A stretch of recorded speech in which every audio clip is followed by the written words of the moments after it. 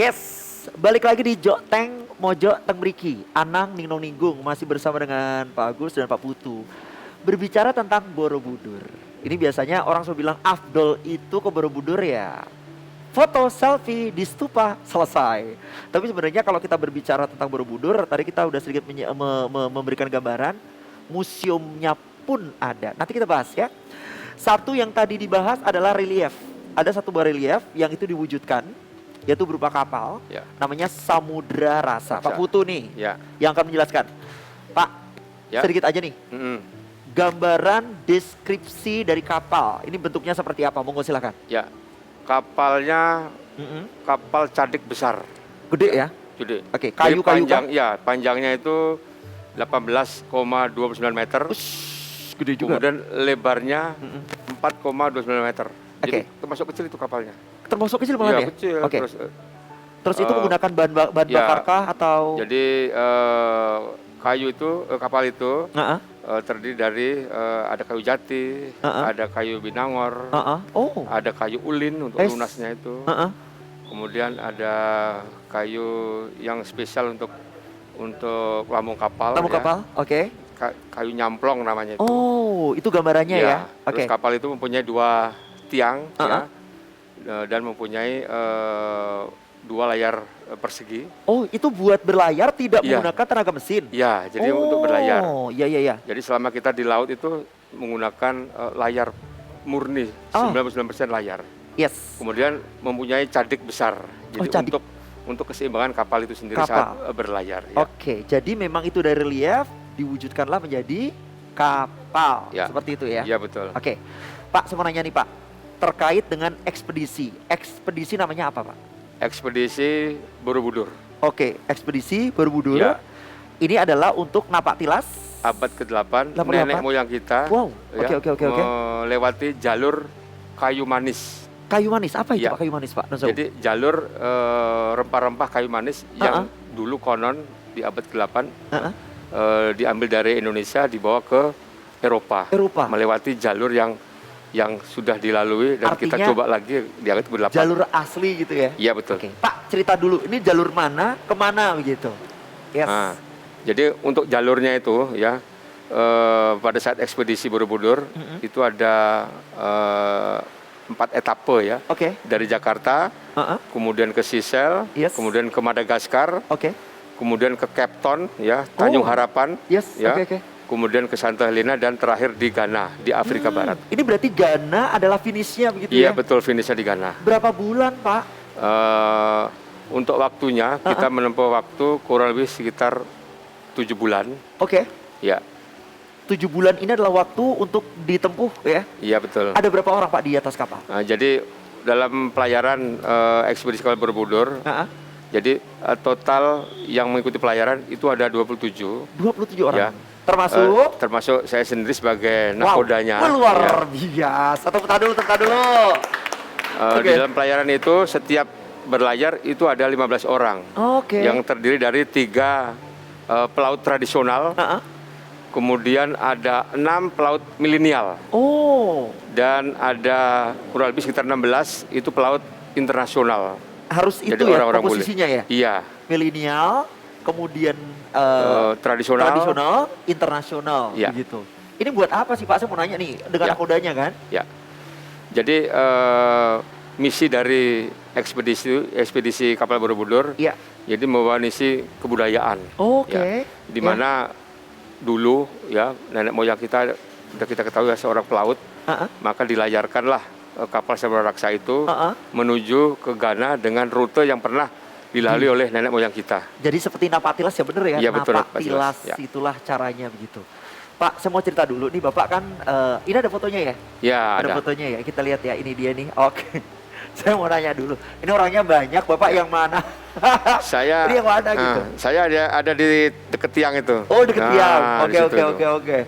Ini mah banget. Ini foto ini dibuat di mana? Bapak masih ingat gak? Ini menuju Ya, kemana atau Itu apa gitu? kita buat waktu kita tidak mendapatkan angin ya. Oh, oke. Ada di selatan Selat Sunda. Oh, selatan Selat Sunda foto ini dibuat. Ya, Tadi tidak dapat angin. Saya mau nanya dulu. Ya. Ini kekuatannya kan angin. ya.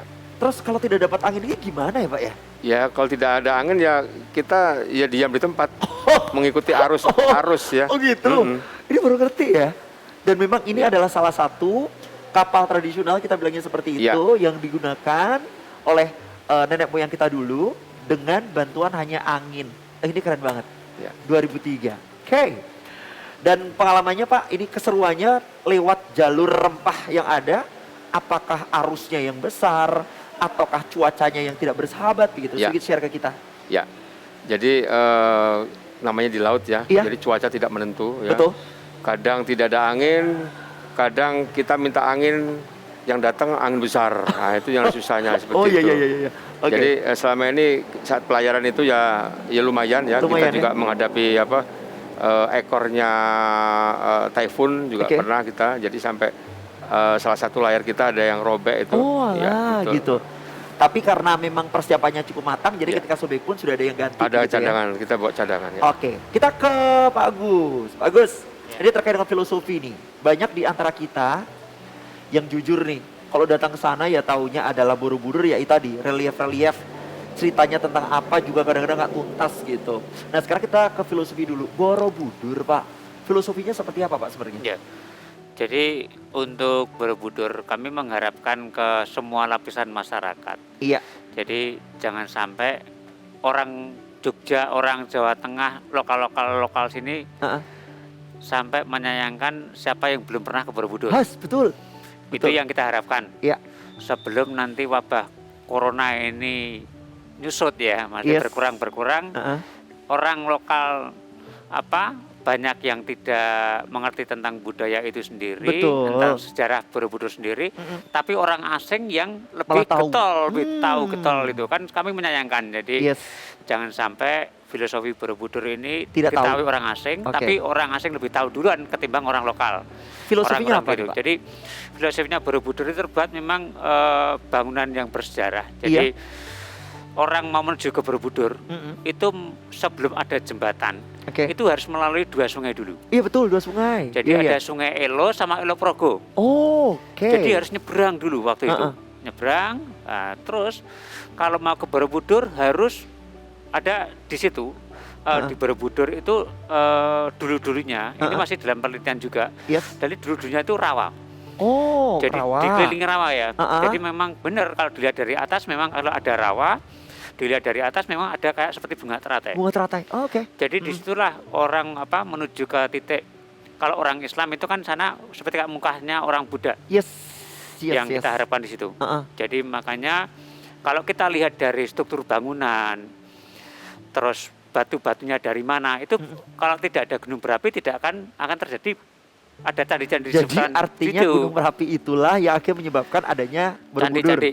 Ya, candi-candi dia. Gitu ya. Ya, jadi candi-candi di seputaran Jogja dan Jawa Tengah, DIY dan Jawa Tengah. Kalau kita hitung, itu ada 1000 candi. Betul. Bisa dihitung dari candi yang kecil-kecil. Itu ada 1000 candi. Makanya kita juga berkiblat kepada gunung berapi juga. Itu saling sinergi. Terus di dalam Candi Borobudur itu satu. Televisinya orang dulu kan relief ya. Relief betul. Itu televisinya. Sekarang televisinya Sangaji gitu ya. Iya betul. Televisinya abad 8 itu reliefnya. Reliefnya betul. Jadi, betul. Apa yang kita harapkan di dalam reliefnya itu bisa menginovasi, menginspirasi, termasuk ada reliefnya kapal Samuderaja. Iya betul ada sih. zaman-zaman dulu itu hair and style-nya ya. Bajunya seperti apa, aksesorisnya rambutnya seperti apa. Kalau memang kita perhatian loh, tapi kadang-kadang kita nggak perhatian. Iya. Nah, termasuk di dalam komplek di Candi Borobudur selama masa pandemi ini, kami juga membuat paket-paket edukasi. Tapi dengan batasan dibatasi jumlah pengunjungnya. Nanti dulu Pak untuk paketnya. Kita ke Pak Putu. Kawasan komplek Borobudur ini sebenarnya meliputi apa saja begitu. Jadi kita tahunya Borobudur ya Borobudur gitu. Ternyata enggak gitu. Monggo silakan Pak. Ya, jadi di Borobudur, kawasan Borobudur itu ada 2 kementerian ya. 2? Ya, yang punya candi itu di bawah Kementerian Pendidikan dan Kebudayaan. Sementara di kawasan tamannya itu yang kita kelola, itu kami di bawah Kementerian BUMN, dalam ini PT Taman Wisata Candi Borobudur, Prambanan Ratu Boko. Jadi memang pada kenyataan itu ada 2 pengelolaan ya. Tamannya itu sendiri, oleh tadi apa Pak? PT Taman Wisata Candi Borobudur. Yes, sementara untuk yang Borobudurnya sendiri ya, itu di bawah Kementerian Pendidikan dan Kebudayaan. Kita baru ngerti ya ternyata seperti itu. Dan terkait dengan apa saja yang di sana Pak? Ya, jadi di masa pandemi ini memang sangat dirasakan sekali oleh kami terutama ya, di mana sebelum pandemi